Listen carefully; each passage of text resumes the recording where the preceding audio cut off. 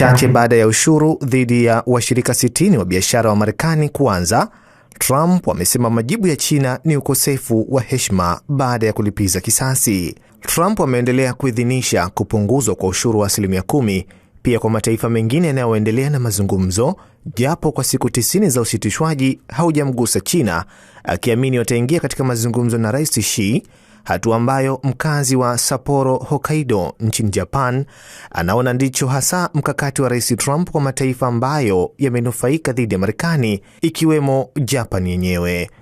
Mafuta petroli tulikuwa tunanunua kwa 130, 140, lakini sasa hivi ninavyoongea petroli tunanunua kwa lita moja yeni 168, inaenda mpaka 182.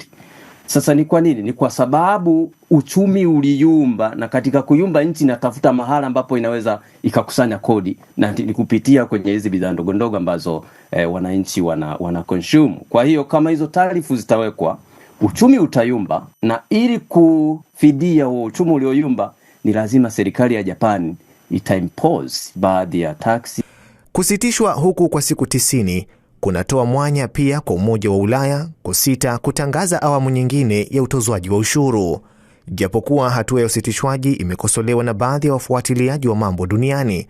Kama alikuwa anategemea kupata pengine vifaa vya teknolojia sana kutoka China, anaweza sasa kaingia kwenye makubaliano na serikali ya Japan akaondolea tarifu, atapata kutoka Japan. Kwa Marekani kama akikaza kwa namna alivyoweka kwa dunia nzima, hayuko salama. Wasiwasi umekuwa ni endapo mtikisiko huu utazaa mdororo wa uchumi duniani.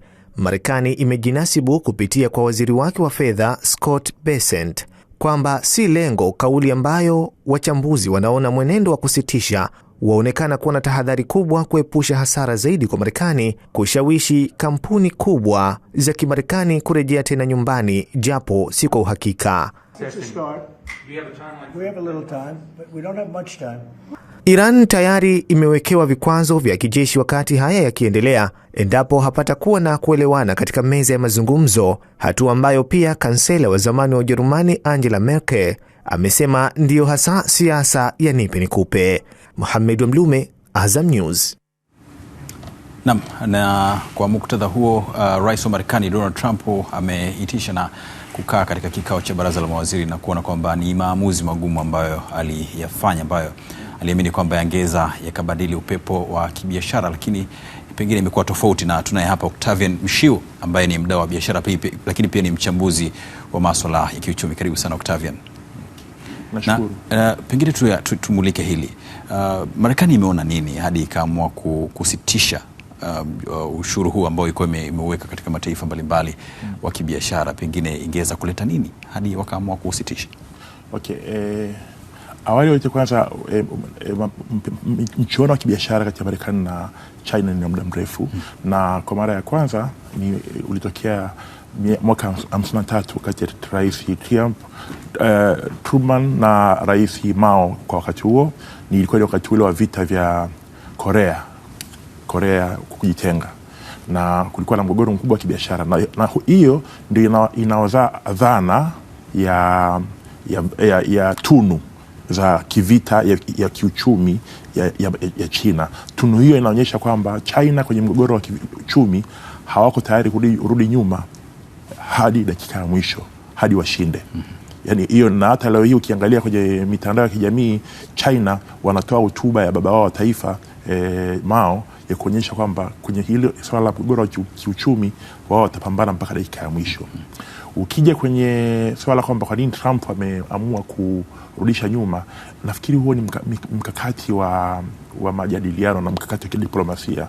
Ni kwamba sasa ameona kwamba suspend kwa siku 90 moja, hiyo inaweza kawa ni kama retreat. Retreat, au anaweza kawa kama tunaita ni kupata muda wa kujadiliana, na pengine anategemea kwamba kwa kujadiliana na hizi nchi nyingine atapata uungwaji mkono wa kupiga pambana na China. Ijulikane kwamba China ndio mdau mkubwa wa kibiashara wa Marekani. kwa maana kwamba, lakini kwenye mjadala huo Marekani hana raha, kwa sababu China anaiuzia Marekani bidhaa za almost dola bilioni 440 na Marekani anauza kidogo tu, almost dola bilioni 120. Kwa Trump anaona kwamba nchi yake inaumia inapofanya biashara na China, kwa ajili wao wanauza zaidi kuliko wanavyonunua. Kwa hiyo angependa kuhakikisha kwamba anawabana China ili baadhi ya viwanda virudi Marekani na pia kuwe na uwiano sahihi wa kibiashara. Lakini pia China amempiga Marekani na hatua ngumu sana, kwa sababu China ndio supplier mkubwa wa bidhaa za madini, tunaita ni madini wanaita ni rare minerals, madini ya adimu. Na China anamuuzia 70% ya mahitaji ya madini ya adimu ya Marekani yanatoka China. Hayo madini ndio yanayotumika kutengeneza bidhaa za anga za juu, yanatumika kutengeneza bidhaa za teknolojia, bidhaa za kijeshi na vifaa vingine ambavyo ni vya hali ya juu, precious items. Kwa hiyo tunategemea kwamba kama China ameimpose ban ya export ya hizo rare minerals kwa Marekani, Marekani anaenda kuumia na bei ya bidhaa hizo, iwe ni kompyuta, simu na teknolojia inaenda kupanda. Sasa katika hilo mtikisiko huu wa kiuchumi baina ya China na Marekani unakwenda kuathiri vipi masuala ya uchumi wa dunia, kwa maana ya nchi kama za Afrika? Tunaweza kuathirika kwa namna yote? Well, hiyo inaweza ikaenda kuwa na negative na positive impact. Kwa mfano kwenye negative, positive ni kwamba Marekani itabidi atafute kwa haraka alternative ya kupata bidhaa, hasa rare minerals. Itabidi atafute, iwe ni Afrika au Ukraine, kokote kule. Lakini kama ni masoko, biashara kati ya Afrika na Marekani sio kubwa. Biashara ya Afrika na Marekani ni almost $45 billion. Na wao wanatuuzia bidhaa za dola bilioni 18 na sisi tunauzia bidhaa za dola bilioni 29. Na ila kuna nchi kama Madagascar, Lesotho na Nigeria na Afrika Kusini wanafanya biashara kubwa na Marekani, hasa mafuta, nguo. Kafuna South Africa anauza Marekani magari ya dola bilioni 1.8 kwa mwaka, na Madagascar na Lesotho wanauza nguo za almost Lesotho peke yake, nchi ndogo sana, wanauza nguo za dola milioni 280 kwa mwaka. Ni pigo kubwa mno kwenye upande wa ajira kwa nchi kama hizo. Sawa, kwa kumalizia tu, ni kama Marekani alikuwa anamlenga China katika mpango huo ushuru. Tuseme ni kama alikuwa anamlenga moja kwa moja China. Na pengine tunaweza tukashuhudia upepo ukibadilika baada ya hizo siku 90. Upepo utabadilika kwa sababu tayari unaona European Union tayari relax na wanajiandaa kufanya negotiation na Marekani kwenye mambo ya tariff na trade agreements. Kwa hiyo ni wakati sasa wa Afrika kwa ujumla, Afrika na yenyewe ijipange kujadiliana na Marekani.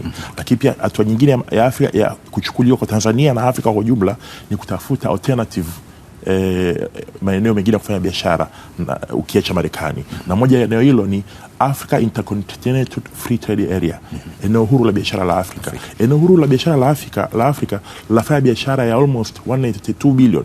Ni biashara kubwa mno kuliko ambayo tunafanya na Marekani kwa maradufu. Mbia yetu mkubwa wa kibiashara kwa Afrika ni China. Tunafanya naye biashara ya dola bilioni 290 kwa mwaka.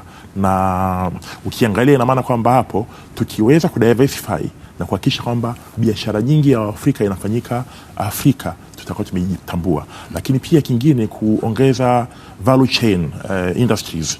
Yani kwa mfano viwanda vilivyoko Nigeria, Egypt na South Africa, badala ya kununua raw materials kutoka Marekani, wajitegemee kununua raw materials kutoka ndani ya Afrika. Basi inaweza ikawa na manufaa. Inaweza ikawa na manufaa. Basi tuweke nukta kwa sasa hapo, Octavian Mshiu. Na tutaendelea hapo baadaye. Na mjadala huu umekuwa mkubwa sana duniani, na ndio utatupa nafasi pia kumulika jambo hili katika kipindi chetu cha Uchanganuzi. Mara tu baada ya taarifa ya habari tutakuwa naye Octavian Mshiu hapo baadaye, ambaye ni mdau wa uchumi lakini pia ni mchambuzi wa masuala hayo. Naam, katika taarifa yetu ya habari.